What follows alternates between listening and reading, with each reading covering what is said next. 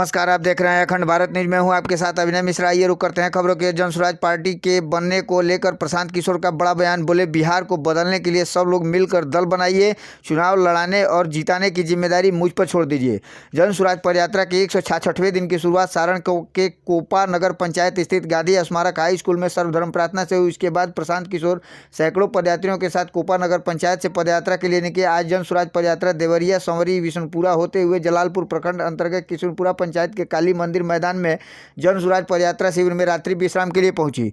आज प्रशांत किशोर सारण के अलग अलग गांवों में पदयात्रा के माध्यम से जनता के बीच गए। उनकी स्थानीय समस्याओं को समझकर संकलन कर उसके समाधान के लिए ब्लूप्रिंट तैयार करने की बात कही। दिन भर की पदयात्रा के दौरान प्रशांत किशोर 3 आम सभाओं को संबोधित किया और 5 पंचायत के 9 गाँव से गुजरते हुए 15.5 किलोमीटर की पदयात्रा तय की।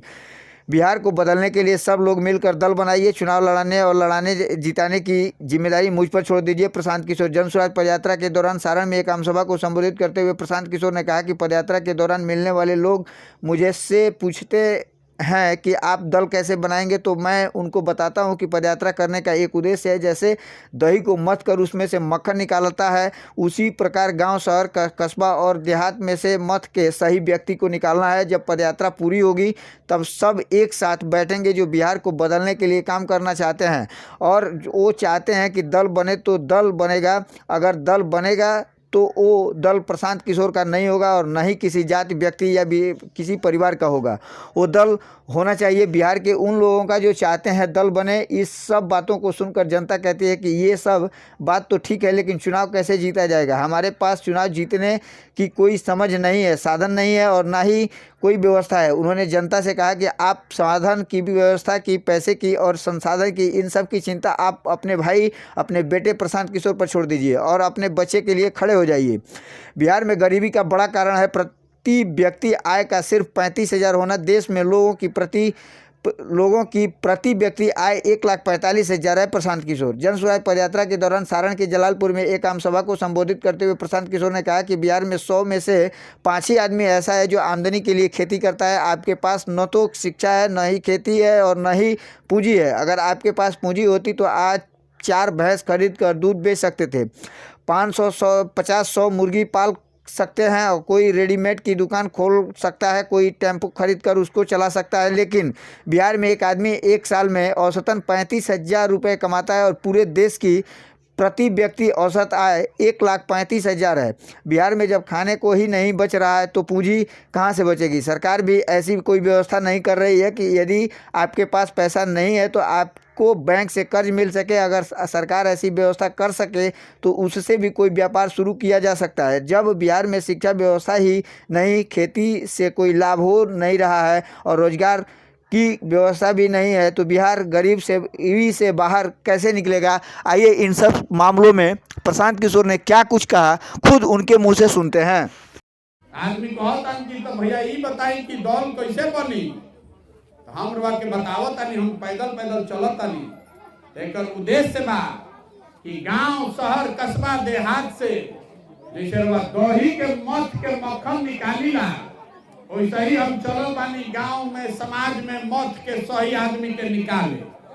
अब जब सब पदयात्रा खत्म होई, जे आदमी भी तैयार सबे होई कि ना भैया बात तो ठीक बा, हमनी के सब के लागे के पड़ी और सब आदमी जे तैयार होई ओकरा के साथे में बैठावल जाई और सब लोग मिल के कही कि दल बनावे के बाद तो बनी दल।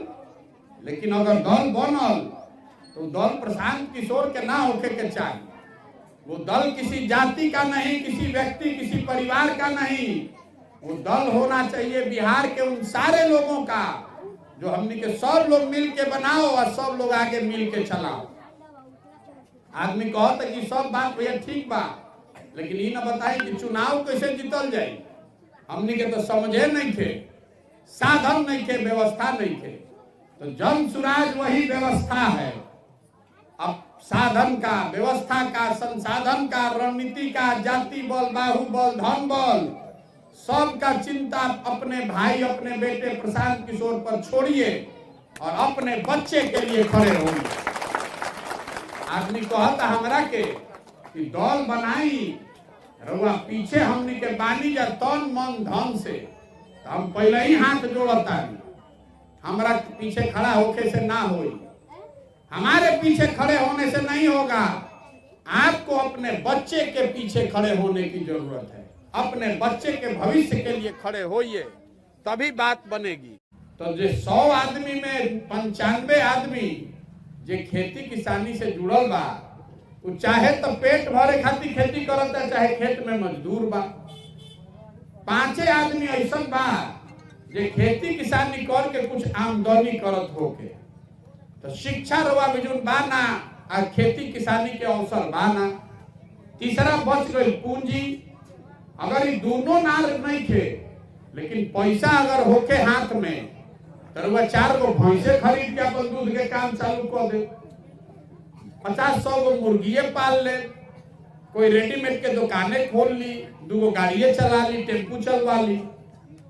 तो बिहार में जितना आदमी हमनी के बानी जा, तो साल में औसतन एक आदमी 35,000 रुपया खाली कमाता। देश में आमदनी बा 1,45,000 और बिहार में आमदनी बा 35,000।